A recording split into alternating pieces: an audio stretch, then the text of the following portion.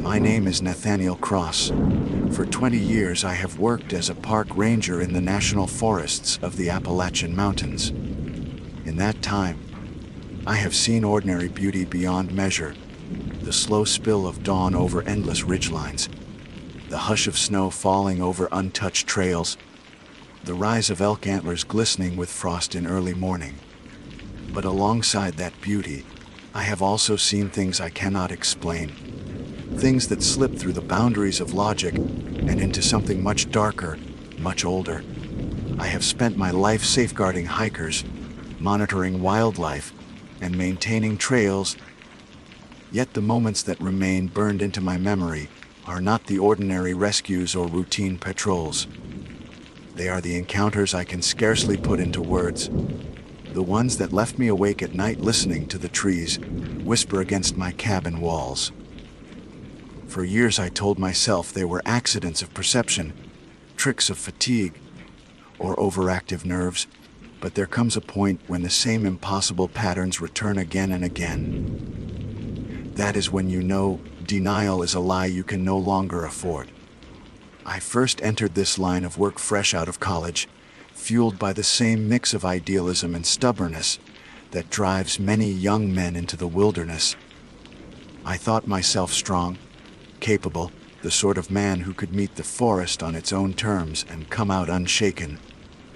The senior rangers who trained me were not men given to dramatics. They had calloused hands and quiet voices. Yet I noticed early on the way they sometimes hesitated when giving advice, as if debating whether to warn me of something unseen. One older ranger, a man named Calloway with a stooped posture and eyes like worn granite, told me only this: the woods will show you more than you want to see. Just don't go looking too hard. At the time I laughed, thinking it the kind of cryptic phrase older men used to intimidate rookies. I do not laugh anymore. The first year was uneventful, filled with minor rescues and long hikes through trails that wound like veins through the mountains. I developed a rhythm of checking campsites, replacing signage, and clearing debris from trails after storms. Most days ended with tired legs and a deep satisfaction that comes from physical work. It was in my second year that I experienced the first event I could not explain. The memory still comes to me as vividly as the smell of pine needles crushed underfoot. I had been assigned to patrol a section of the forest near a disused fire road. It was late autumn, the air cool enough that my breath fogged as I walked. The leaves had fallen in thick carpets, muffling the sound of my boots. I was a mile and a half in when I saw them footprints leading off the trail. At first glance they looked ordinary, but when I bent closer I realized they were bare. No hiker in his right mind would be walking barefoot this deep into the woods with temperatures barely above freezing. The prints were small, child-sized, and they angled sharply off into the undergrowth. Against better judgment, I followed them. The trail of prints led me deeper and deeper, twisting through brambles and over fallen logs. After perhaps 10 minutes, they stopped abruptly in the middle of a clearing.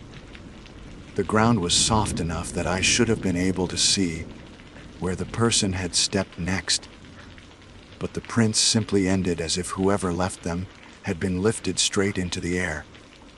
I remember standing there, the silence pressing against my ears, and feeling my throat tighten with a fear that seemed unreasonable but undeniable.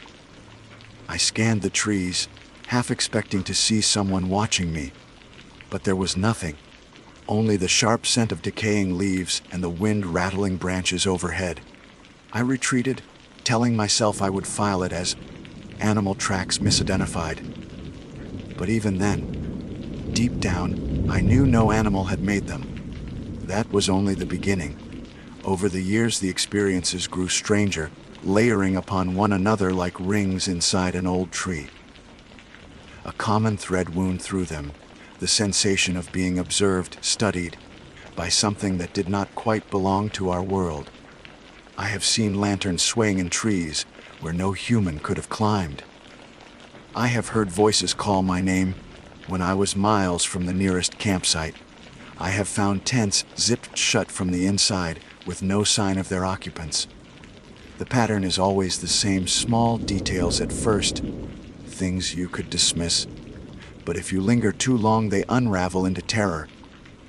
One night in my 5th year, I received a report of a missing hiker, a man in his 30s who had gone off trail while photographing owls. I set out after dusk, knowing the man had already been lost for at least 6 hours. I found his flashlight first, lying on the trail as if dropped in haste. A few yards farther, I found his backpack, unzipped and emptied. Its contents scattered neatly in a circle as though someone had taken each item out one by one. There were no signs of struggle, no torn straps or broken zippers. I radioed the find back to base and pressed on. An hour later I found the man himself, sitting against a tree, eyes wide, hands clasped together as though in prayer. He was alive but shivering, and when I asked what had happened, he only repeated the same phrase over and over. "Don't look at it. Don't look at it." I pressed him for more, but he shook his head violently and refused to say another word. Even after medical evacuation and recovery, he never explained what he had seen. His family eventually stopped asking, though I never forgot the raw terror in his voice. By my 10th year, I had accumulated enough of these moments that the line between my duties and my fears blurred. There were times when I considered resigning, returning to civilization and pretending the mountains were merely landscapes on postcards. But something in me, whether loyalty or obsession, kept me here. I told myself the forest was my responsibility, and that meant facing whatever truth lay beneath its soil and canopy. At times that truth seemed to take notice of me in return. There is one incident I rarely speak of even now, because it unsettled me more than any other. I was stationed in a watchtower during a summer prone to lightning storms. The tower offered a wide vantage point across the valleys, and my job was to monitor for smoke or fire.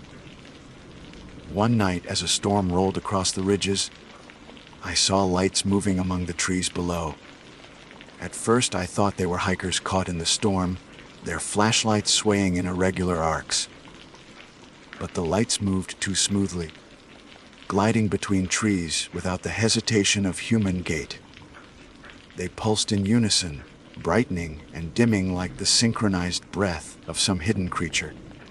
I watched them weave in patterns that made no sense until they arranged themselves into a circle and held there. Then, one by one, they winked out, leaving only darkness. The storm broke overhead, thunder shaking the tower, and I felt something primal rise inside me, a certainty that whatever I had witnessed was not for human eyes. I reported nothing. I sat in that tower until dawn, gripping the railing, my knuckles bloodless.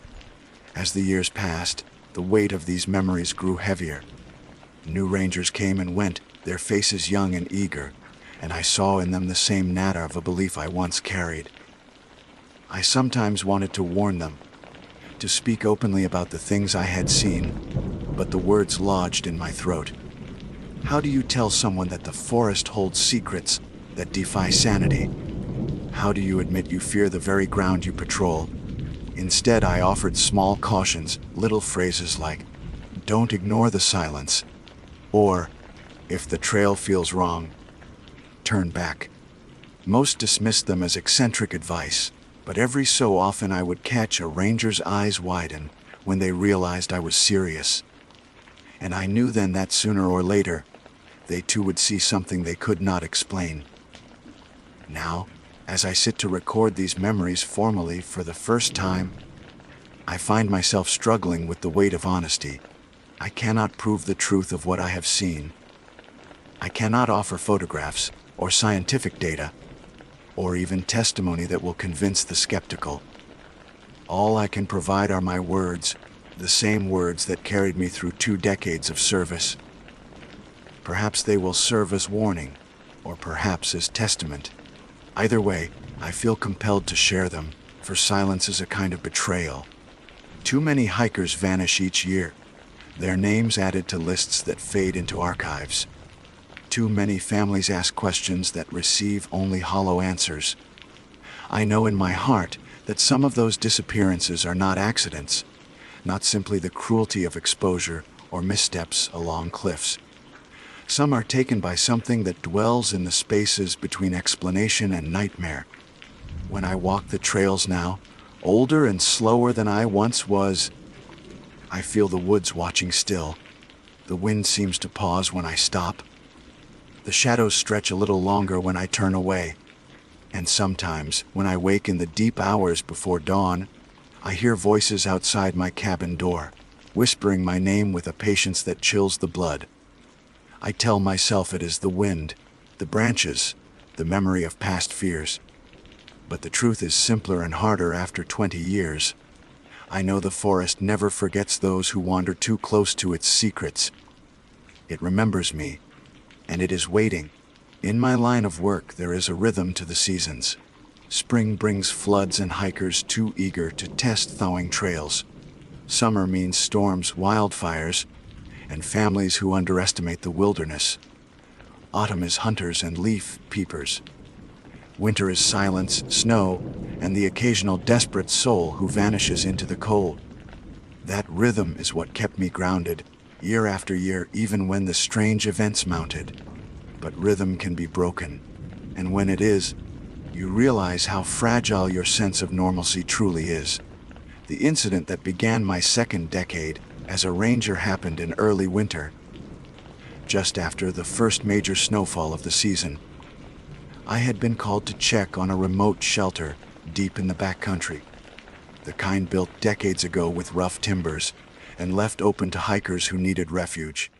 It was a 2-day trek out there, the air bitter and the ground crusted with ice.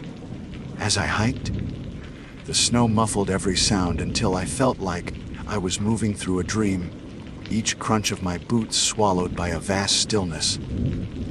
I remember thinking how clean everything seemed, untouched. That illusion shattered the moment I arrived. The shelter's roof sagged under snow, but it stood intact. I pushed the door open, expecting to find it empty. Instead, a fire smoldered low in the hearth. The heat surprised me, and the room smelled of smoke and damp wool. A bedroll lay spread on the floor, but no one was there. My first thought was that a hiker had stepped out to relieve himself. I waited, calling out, but the forest outside remained silent. Minutes turned to an hour. The fire burned down to embers. No one returned. I searched the area for tracks circling wide, but the snow was pristine. Not a single print marred the drifts. It was as though the person who had built the fire had vanished into the air. I returned to the shelter uneasy, my radio crackling faintly with static. I stayed the night. Protocol required it, and slept little. I dreamed of footsteps crunching snow outside the shelter, but when I woke and flung open the door, the landscape was untouched, a flawless field of white under a hard moon. By morning, I left. The bedroll remained, but I could not bring myself to pack it out. Something about touching it felt wrong, as though I would be disturbing more than fabric. I listed the shelter as checked, vacant, in my report, though I knew that was not true.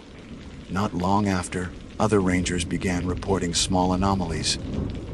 One man swore he saw a figure moving parallel to him through the trees, matching his pace. Though when he stopped to look, there was nothing. Another claimed he found his compass needle spinning wildly near a ridge that had no known magnetic disturbance. We joked uneasily about the forest playing tricks, but underneath the laughter was tension. The mountains were restless, and in that restlessness, people began to vanish again. Disappearance is not unusual in these forests. Every year brings its share of lost hikers. Some are found, some are not. But there are cases that stick, cases that leave a knot in your gut because the details make no sense. That winter, a young woman named Clara went missing. She was an experienced backpacker, 27 years old, familiar with the terrain. She had left detailed notes about her route, planned for only 2 nights. When she failed to return, we mobilized a full search. I was part of the second wave, combing the ridges near where her last campsite was found. Her tent was still there, set up neatly, food hung in a tree to keep it from animals. Nothing suggested struggle. Her pack lay inside the tent, zipped shut.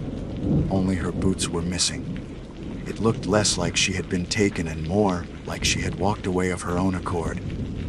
But there were no tracks. None. Even though snow had fallen lightly the night she disappeared. It was as if the forest had swallowed her whole, leaving behind only the shell of her camp. We searched for a week. Helicopters droning overhead, dogs sniffing the air, dozens of boots on the ground. Nothing. To this day, she has not been found. Her parents asked me personally what I thought had happened. I could not bring myself to answer honestly, so I said only that the mountains are unforgiving. They wept, and I felt like a coward. In truth, I had a theory, though it terrified me. There are places in the forest where space feels wrong, where the trees crowd in too close, and the air hums with a pressure that makes your teeth ache. I call them thin places, though I don't know if that's accurate. I think Clara stumbled into one of those places. I think once you cross the invisible threshold, you don't come back. Or if you do, you come back changed. That spring, I tested myself by visiting one of those places deliberately. It was a narrow hollow, shaded even at noon, where moss grew in thick carpets over stone. As I entered, I felt the air shift, heavy and damp. My skin prickled. I stood there for nearly an hour, breathing slowly, listening. At first there was nothing. Then the woods fell utterly silent. Not just birds quieting, but the absence of sound itself, as though even the air refused to carry vibration. My ears rang, and then, faintly, I heard footsteps behind me. I spun, hand on my sidearm, but no one was there. The trees stood motionless, their trunks pale against the gloom. Yet the sound came again, crunching softly in the moss, drawing closer. It circled me, never revealing a form. I stood frozen, every instinct telling me to run, yet I stayed, paralyzed by dread. When the sound stopped, I realized my cheeks were wet with tears. I do not remember deciding to leave, but suddenly I was stumbling back out of the hollow, my chest tight, my vision swimming. Once outside, the air cleared, sound returned. The call of a raven, the rustle of branches, and I nearly collapsed with relief. I never told anyone what I had done. I swore I would not go near that hollow again. But the forest has a way of pulling you back. Later that year, I was assigned to guide a group of volunteers clearing trails after storms. One of them wandered ahead, ignoring my calls to wait. By the time I caught up, he stood at the edge of that very hollow, staring down into the moss-covered stones. His expression was vacant, entranced.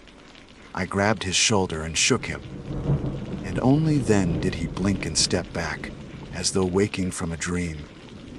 He said he felt as if someone had been calling his name, though I had said nothing. I kept the group far from that place for the rest of the trip, but my unease grew. Whatever dwelled there wanted us to notice. By my 15th year, the strange incidents had become too many to count. I kept a private journal, hidden under floorboards in my cabin. In it, I recorded every anomaly, whispers in empty clearings, shapes glimpsed between trees, distant screams that never resolved into a source. Reading back through the pages, I saw patterns emerge. The same valleys, the same ridges, again and again. The forest was not random, it was precise, and I began to wonder if my presence, 2 decades of walking its trails, had marked me in some way. The events seemed to follow me, to cluster where I patrolled. Sometimes I thought of Calloway, the old ranger who had warned me not to look too hard. He retired years ago. No one hears from him now. Some say he moved south. Others think he simply walked into the woods one day and never came out. part of me believes the latter. The breaking point came one summer night when I was stationed again at the watchtower. A storm gathered on the horizon, flashing orange behind the ridges. I stood at the railing, scanning for lightning strikes, when I saw movement at the base of the tower. A figure, tall and thin, stood in the clearing below. My spotlight revealed nothing, only grass swaying in the wind. I turned it off. The figure was still there, pale against the dark, head tilted back as though staring up at me. My stomach dropped. I shouted down, demanding identification, but no reply came. Then, as the first drops of rain fell, the figure raised an arm and pointed, not at me, but at the woods behind the tower. I spun, heart hammering, but the trees were empty. When I turned back, the figure was gone. That night I did not sleep. Rain pounded the roof. Thunder shook the mountains, and every creak of the tower made me flinch. I told no one about what I had seen, yet I know I was not mistaken. The next morning, in the mud at the base of the tower, I found prints. Not boot prints. Bare feet, narrow, the toes long and splayed. They led from the trees, circled the tower twice, and vanished into the grass. I photographed them, but when I tried to review the images on my phone later, the files were corrupted, static and black bands across the screen. I deleted them, fearing what keeping them might mean. Sometimes, late at night, I ask myself why I remain here. Why I haven't walked away, handed in my badge, and left the mountains behind. The answer is complicated. Part of it is duty, yes. But there is another part, a darker part. I cannot look away. Whatever dwells here, it has tangled itself into my life. I feel as though leaving would change nothing, that it would follow me regardless, whispering from shadows at the edge of every town. And so I stay, walking these trails, bearing witness to things I cannot explain. The forest is patient, it does not hurry, and it knows my name. By my 16th year in uniform, I began to realize the forest had grown bolder with me. It no longer confined itself to whispers and fleeting shadows. It pressed closer, sometimes brushing against the edges of my life in ways I could not dismiss. There is a difference between being unsettled and being threatened, and by then I had crossed firmly into the latter. The woods were testing me, seeing how far I would go before breaking. One evening in early autumn, I was assigned to check on a trail junction where reports claimed the signage had gone missing. The light was fading as I hiked out, the air carrying the crisp tang of falling leaves. I reached the junction just before dusk. Sure enough, the wooden signpost was gone. Only the post itself still jammed into the earth. I circled the clearing, hoping to find it tossed nearby by pranksters or storms. What I found instead made my blood run cold. There, carved into the soil with clean precision, was my name. Nathaniel, each letter 2 feet tall, dug into the earth as though by some enormous hand. The letters were too exact to be the work of a casual hiker. The grooves were deep, as if a blade had scored the ground. I froze, staring at my name spelled out at my feet, and every hair on my body rose. Someone, or something, knew me. The forest was not just watching anymore, it was addressing me. I forced myself to walk the perimeter, every step deliberate, though my legs trembled. There were no tracks, no marks of a tool, only the gudges themselves. I thought of taking a photograph, but dread overcame me. It felt like capturing the evidence would seal something, fix it into permanence. Instead, I left quickly, refusing to look back. For days afterward, my dreams were filled with my name whispered from the tree line, sometimes gentle, sometimes mocking, always close. Not long after, I had an encounter that convinced me the forest had grown dangerous not only for me, but for those around me. A pair of hikers went missing near a ridge I knew well. The search lasted 3 days before we found them, alive but barely. They were discovered huddled in a cave, eyes glassy, bodies trembling. When we asked what had happened, Their words came halting, disjointed. They said they had been walking, when they realized the trail kept doubling back, no matter how carefully they followed their map. They claimed the sun would not set, that hours stretched on without the sky changing. One swore he saw me standing on the ridge above them waving. But of course, I had not been there. I was miles away at the time, leading another search team. When I told him so, he only shook his head violently and muttered, "It was you. I saw your face." They were evacuated, and though their bodies recovered, their minds never seemed to. I heard later they refused to enter the woods again, even parks close to home. If what they saw was not me, then it was something that could wear my likeness. This possibility haunted me. If the forest could imitate, then it could deceive. How many voices I had answered in the dark that did not belong to the living. How many figures glimpsed on the ridgeline were only masks. I began to distrust my own senses. Every call for help became suspect. Every glimmer of light could be a trap. I felt paranoia etching itself into me, and though I tried to conceal it from the younger rangers, they noticed. One of them, a sharp young woman named Carla, confronted me one night by the fire. "You've seen things, haven't you?" she asked quietly, not accusing but searching. I looked into her eyes, saw the sincerity there, and almost confessed everything. Instead, I only said, "The forest isn't always what it seems. Be careful where you step." She nodded, but I saw the shadow of unease settle on her face. I regretted saying even that much. The worst incident of that year came during a routine sweep of campsites. I arrived at a site known for families, wide and open, ringed by tall pines. A tent stood there, its flap closed, the fire pit cold. At first glance it seemed ordinary, but when I called out, no voice replied. I approached slowly and unzipped the tent. Inside were 3 sleeping bags laid out neatly, pillows tucked at the heads. Each bag bulged, shaped as though occupied. My heart lurched. I leaned closer, hand trembling, and touched the nearest. It was cold, empty. The shape beneath the fabric crumbled inward at my touch, collapsing into nothing but air. I checked the others, the same. 3 sleeping bags, filled with nothing but impressions of bodies that were not there.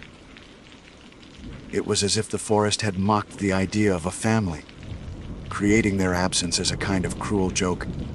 I staggered back from the tent, bile rising in my throat. The woods behind me rustled, though no wind stirred. I left the site without recording it, but that night I burned the memory into my journal with shaking hands. I knew then the forest wanted me afraid. It was succeeding. In my 17th year, the pressure escalated. I began hearing my name in the radio static, not in words I could record, but in faint syllables woven through the crackle when I was alone on patrol. Sometimes it came in my own voice, echoing back to me like a warped mirror. Other times it sounded like Calloway, the old ranger who had vanished. Once, it was my mother's voice, though she had been dead for 5 years. I would snap the radio off, only for the whisper to linger in my ears long after. That was when I started sleeping poorly, leaving lamps burning in my cabin through the night, though light offered little comfort. The thin places grew more frequent too, no longer confined to hidden hollows. Trails I had walked 100 times would suddenly feel wrong. Trees shifted subtly, leaning closer, paths doubling back on themselves. Once, I hiked for hours only to find myself back at my own cabin door, though I had never turned around. I stood there, panting, mud on my boots, staring at the building I knew I had left far behind. My watch said 6 hours had passed, yet the sun stood at the same height it had when I began. Time, too, had become a plaything of the forest. The younger rangers began whispering that the mountain was cursed. Some requested transfers. Carla lasted longer than most, but one day she did not return from patrol. We searched, of course. We always search, but she was never found. Her last radio transmission still echoes in my mind. I think I see someone ahead. I think it's Nathaniel. That was the final thing she ever said. Hearing my own name in her final moments shattered something in me. Was it me she saw or something wearing my face again? Guilt gnawed at me. If she trusted the wrong figure, it was because the forest had used me as bait. I should have resigned then. I should have left everything behind, but I could not. Perhaps it was duty, perhaps obsession, or perhaps, deep down, I feared that leaving would not save me, that the forest had already claimed too much of me to let me go. I began to dream of trees with roots that tangled around my legs, pulling me into the earth. I would wake with dirt under my fingernails and the taste of moss in my mouth. The boundary between waking and dreaming thinned until I was never certain which side I stood on. One night, not long after Carla vanished, I awoke to the sound of my cabin door creaking open. My lantern still burned on the table, throwing long shadows across the room. I sat up, heart racing, and saw the silhouette of a man in the doorway.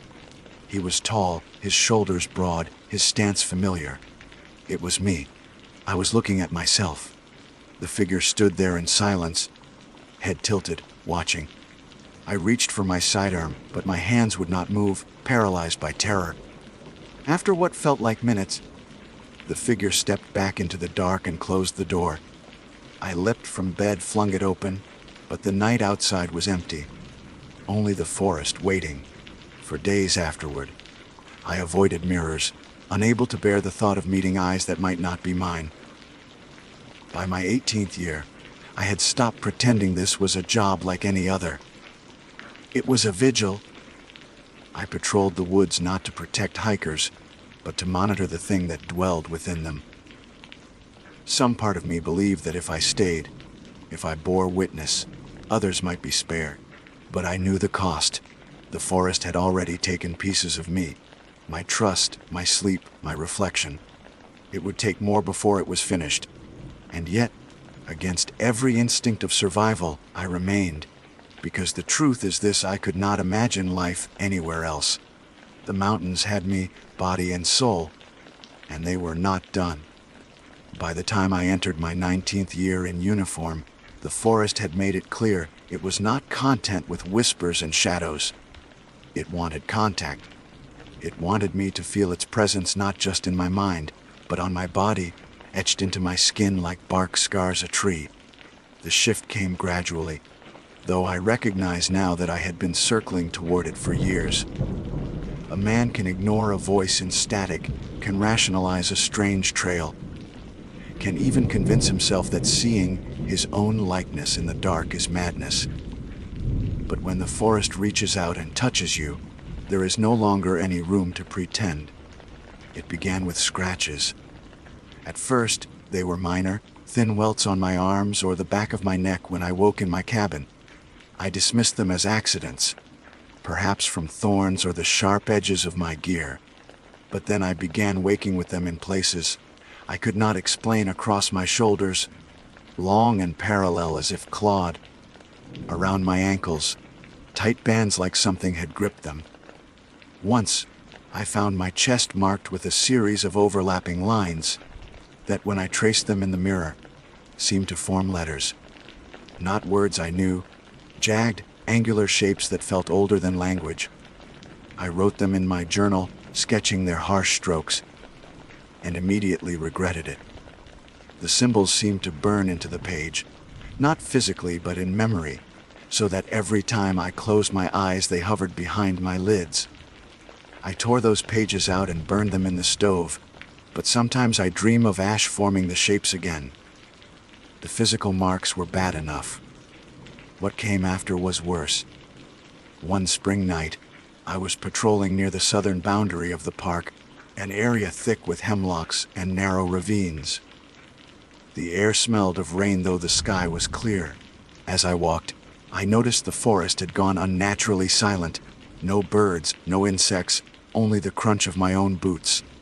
I stopped, scanning the trees. That was when I heard it. a slow dragging sound like something heavy being pulled across leaves. It came from the ravine below. Against my better judgment, I descended. At the bottom, I found a log lying across the narrow stream. The dragging continued, echoing strangely, though nothing moved. I stood there, confused, when a sudden gust of cold air struck me. The smell of rot filled my nose, overpowering. And then, in the gloom beneath the log, something shifted. Two pale hands, too long and thin, reached out from the dark and gripped the wood. The fingers bent wrong, jointed oddly, but they held firm. I raised my flashlight, but the beam sputtered, dimming as though the batteries had drained in an instant. The dragging sound grew louder, surrounding me now. My breath came shallow. Then, before I could react, something raked across my calf, sharp, slicing through fabric and into flesh. I stumbled back, flashlight tumbling, and barely caught myself on a tree trunk. Pain flared hot. I didn't wait to see more. I scrambled up the ravine, blood slicking my boot, and ran until my lungs burned. When I reached the ranger station, my leg was bleeding freely. The cut was too deep for a branch or rock. The medic who stitched me up frowned, saying it looked more like a blade had slashed me. I said nothing. I let them bandage it, nodding to their explanations, but in my heart I knew no human hand had done it. For the first time, the forest had marked me in a way that left evidence others could see. And yet, because I offered no explanation, the incident became just another accident. I carried the scar alone. After that, the forest no longer kept its distance. Doors in my cabin creaked open at night, though I had bolted them. My gear was moved from where I left it. Knives and radios arranged in patterns on the table that I did not recognize. Once I woke to find pine needles scattered across my bedspread, though every window was closed tight. The sense of intrusion grew unbearable. I began to dread sleep, knowing I might wake with new scratches, new arrangements, new signs that something had been with me while I was helpless. I took to napping in my chair with a rifle across my lap, though deep down I doubted the rifle would do any good. The younger rangers started to notice my condition. They whispered when they thought I wasn't listening, their eyes flicking to the limp in my leg, or the hollows beneath my eyes. One of them asked bluntly if I was sick. I almost laughed. If only it were as simple as illness. At least then there would be a name for what plagued me, a prognosis, a treatment. What I carried instead was shapeless, nameless, something that had no cure but escape, and escape was something I no longer believed in. One particular night remained seared into me more than the rest. I had been called to respond to reports of strange lights near an old fire road. By the time I arrived, the forest was dark, the moon hidden behind thick cloud. I parked the truck and walked in, my lantern swinging, every shadow alive with movement. Then I saw them, lights bobbing in the distance, as though a group of hikers carried lanterns. I shouted, identifying myself, but the lights did not stop. They moved deeper, swaying gently, always just out of reach. I followed, though unease twisted in my gut. After what felt like hours, the lights formed a circle ahead of me. I slowed, breath fogging, and raised my lantern. The circle hovered just above the ground, glowing faintly yellow, each light pulsing in time with the others. I stepped closer. The ground beneath them was bare, the leaves cleared, as if prepared. Then, without warning, the lights flared bright, blinding white, and extinguished all at once. In the sudden dark, I heard breathing. Not mine, not animal. Human, slow and deliberate, just behind my shoulder. I spun, lantern shaking, but saw only trees. Yet the breath continued, warm against the back of my neck, so close I could feel the hair on my skin rise. I ran then, shamelessly, crashing through underbrush until I found my truck. The lantern flame died as I slammed the door. I sat there trembling, headlights casting thin relief, and did not leave until dawn broke gray over the ridges. In the days that followed, I discovered bruises on my shoulders and back, finger-shaped, as though someone had gripped me hard while I stood in that circle of lights. I could not explain them to anyone. I wore long sleeves, endured the whispers. But I knew the truth. The forest had touched me again, claiming me in ways I could no longer deny. The worst came later that summer. I was checking on a newly cleared trail when I noticed something odd. The trees ahead leaned inward, their trunks bent unnaturally, forming what looked like an arch. Beneath it, the trail vanished into darkness, though the sun still shone bright above. Every instinct screamed at me to turn back, but I stepped forward anyway.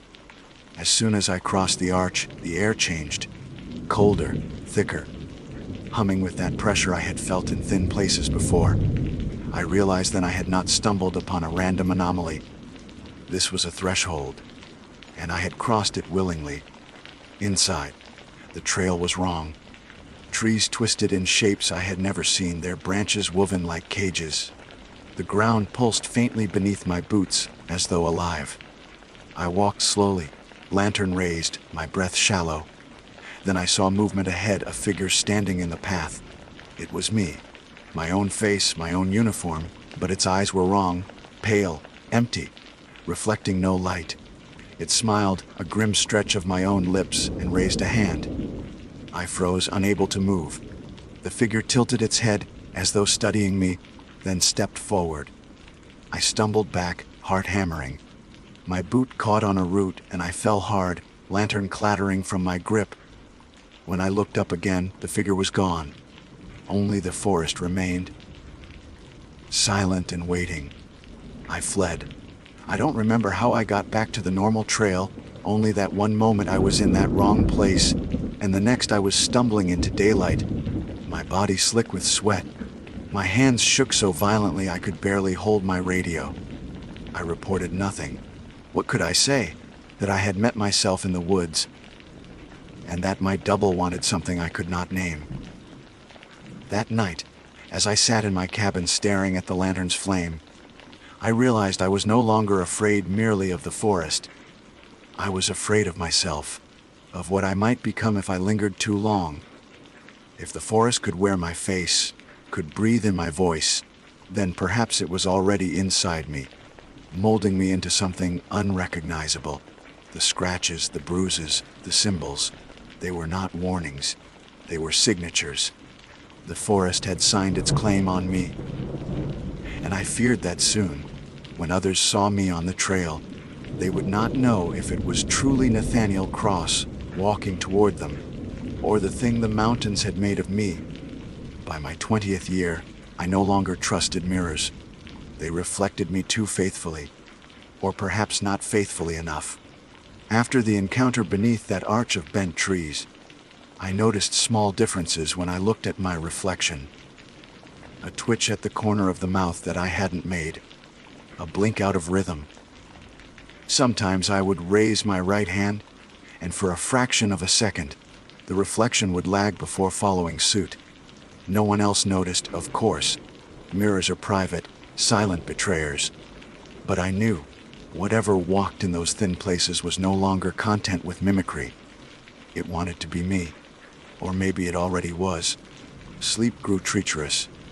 I began waking in places I had no memory of traveling to. Once, I found myself standing barefoot outside my cabin, toes numb from the cold, the door locked from the inside. Another time, I awoke deep in the forest, my uniform damp with morning dew. My journal tucked neatly in my pack, though I hadn't brought it with me. The journal was open to a page I didn't remember writing. The words jagged, desperate, "You are already there. You never left." My handwriting, but not my thoughts. I tore out the page, burned it, but the ash clung stubbornly to my fingers, staining the creases of my skin as though unwilling to let go. The other rangers kept their distance. Whether they sensed my unease or simply feared the strangeness that seemed to follow me, I don't know. The station grew quiet around me, conversations dropping when I entered. I can't blame them. My eyes must have looked haunted, my voice brittle from sleeplessness. I was no longer the steady veteran they'd once leaned on. I was a man hollowed by years of whispers and scars. Yet still I could not leave. Part of me feared the forest would simply follow. The other part feared it wouldn't. And that would mean I had been abandoned by the only thing that had ever truly seen me. One night, I decided to test myself. I carried no rifle, only a lantern and my journal. I returned to the place of the bent trees, the threshold. The arch was waiting, its trunks leaning inward like conspirators. My heart thudded with the heavy certainty that once I crossed, something irreversible would happen. Still, I stepped through. The air grew thick instantly, pressing on my chest. Each breath ragged. I walked deeper. The trees bent in grotesque shapes, their bark etched with faint carvings. Symbols like the ones I had once burned from my journal. They pulsed faintly, as though alive. Ahead, I saw movement. My double again, standing in the path. But this time it was not alone. 2 more figures emerged beside it, both wearing my face, both dressed in ranger uniform. They smiled in unison, the expression sharp and empty. My lantern flickered, casting them in jerks of light and shadow. I tried to speak, but my throat closed tight, words strangled before they could leave. The figures moved closer. Their footsteps made no sound. I stumbled back, but the path behind me seemed longer, stretching away as though the forest itself conspired to keep me there. The 3 figures stopped a few feet away. The center one, my first double, tilted its head. Then it opened its mouth. My voice came out, but not my words. "You've been here longer than you think." The words rippled in the air, vibrating against my skin. I shook my head violently, denying them. "You're not me," I croaked. But they only smiled wider. "We were here before you," the second said. "We will be here after." The third leaned closer, and I swear I felt its breath. "You are one of us already." I ran then, bolting into the trees, branches tearing at my arms. I don't remember how I got back out, only that I collapsed on the forest floor under starlight, miles from where I thought I'd been. My lantern was gone. My journal was gone. My face burned with the sensation of being watched. I staggered back to my cabin as dawn broke, empty-handed, my chest hollow with terror. When I opened the door, my journal was waiting on the table. Its cover damp with dew, pages wrinkled as though it had been left outside all night. I opened it with trembling fingers. Inside, the same jagged script filled every page: Nathaniel Cross, Nathaniel Cross, Nathaniel Cross, over and over, endless, until the ink bled through. I slammed it shut, heart hammering, and stuffed it under the floorboards. But the sound of my name stayed with me, echoing in my skull. After that, time lost its meaning. Days blurred into nights. My patrols became wandering circuits that often ended where they began, as though the forest toyed with my sense of direction. Once, I walked in full daylight and watched the shadows lengthen unnaturally fast, stretching like claws across the trail, until I stood in sudden darkness. Though the sky above still glowed pale, I blinked, and the light returned, but the memory of that stolen sun lingered. I began to wonder if I was slipping between layers, between versions of the woods. If there was more than one Nathaniel Cross, each trapped in his own slice, each circling closer to collapse. The physical evidence grew undeniable. One morning, I woke to find my boots caked in mud, though I hadn't left the cabin. My shirt was torn, as if by claws. Worst of all, my own badge was gone from my chest. I searched frantically until I found it nailed to the outside of my cabin door. The nail was driven through the metal with impossible force. The wood splintered around it. My name, Ranjar Nayal Karas, gleamed in the early light like an accusation. I tore it free with bleeding fingers, but the sense of violation settled deep. The forest wasn't content to mimic anymore. It was branding me, claiming me openly. The other rangers avoided me altogether after that. I can't blame them. I must have looked like a man unraveling, muttering under my breath, staring too long at the tree line. I stopped attending briefings. I stopped filing full reports. What use were words on paper when the truth itself bent around me? Still, I kept my rounds, walking the trails because to stop felt like surrender. The forest wanted me to vanish, to step fully into its hollow places and not return. I would not give it that satisfaction. Not yet, but one night it almost succeeded. I woke to the sound of my cabin door slamming open. My lantern had burned low, casting faint orange shadows. In the doorway stood a figure. My figure. Its face was mine, but its eyes gleamed pale, like animal eyes caught in light. It stepped inside, slow, deliberate, boots making no sound on the floor. I scrambled back, knocking over the chair, but my limbs felt leaden, as though pinned by unseen hands. The figure crouched beside me, head tilted. Its mouth opened, and my voice spilled out, "You should rest. I'll take it from here." For one terrible moment, I thought it would reach for me, climb into my skin like a garment. But instead, it rose, turned, and walked out into the night. My paralysis broke. I rushed to the doorway, but the yard outside was empty, the trees still, the air cold. Yet I knew it hadn't gone. It was waiting, somewhere in the dark. It walked the same paths I did, wore the same face, carried the same name. Perhaps it already moved among the rangers, laughing, eating, breathing as though it were me. And if that were true, then who was I? The original, or just another copy, staggering toward the same inevitable fate? I began testing myself in small ways, writing notes and hiding them, marking trees with secret signs only I knew. Each time, I would later find the notes already uncovered, the signs altered. Someone, or something, was one step ahead of me, erasing the thin boundary I tried to keep. I no longer knew what memories belonged to me and which were planted. The journal under the floorboards became a blur of conflicting entries. Some written by my hand, some by that jagged other script.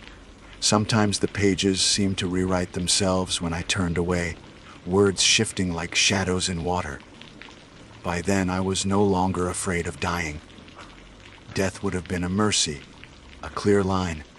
What I feared was dissolution, the slow erosion of identity until nothing of Nathaniel Cross remained. Only a shell, a uniform, a name whispered among trees. The forest didn't want my corpse.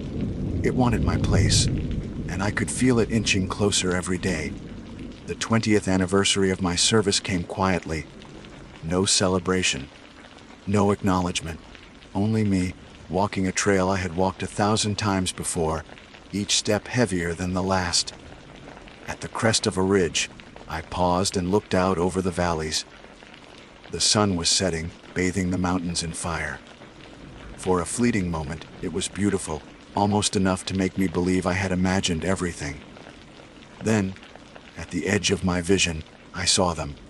Dozens of figures, standing between the trees, each one wearing my face. They did not move, did not breathe. They only watched. Patient as stone, I blinked and they were gone, but the silence they left behind pressed harder than thunder. I returned to my cabin, sat at my table, and lit the lantern. The flame wavered. I opened my journal with trembling hands. For the first time, the jagged script and my own handwriting were indistinguishable. I could not tell where one ended and the other began. And in that moment, I understood the question was no longer whether the forest would take me. The question was when. By the time the 20th winter settled over the mountains, I no longer knew how much of me remained. The forest had blurred my edges, worn me down like water eats stone. My days passed in fragments, patrols I half remembered, reports I wrote but could not recall filing, meals eaten without appetite. Sometimes I would wake at my desk to find my own handwriting on pages I didn't remember touching, words looping and erratic. "You are ours now. You always were." I carried on out of habit more than duty. My badge still glinted in the lantern light, though I wondered if it meant anything anymore. When I touched it, I thought of the day I found it nailed to my cabin door, claimed by something unseen. Perhaps the badge no longer belonged to me. Perhaps nothing did.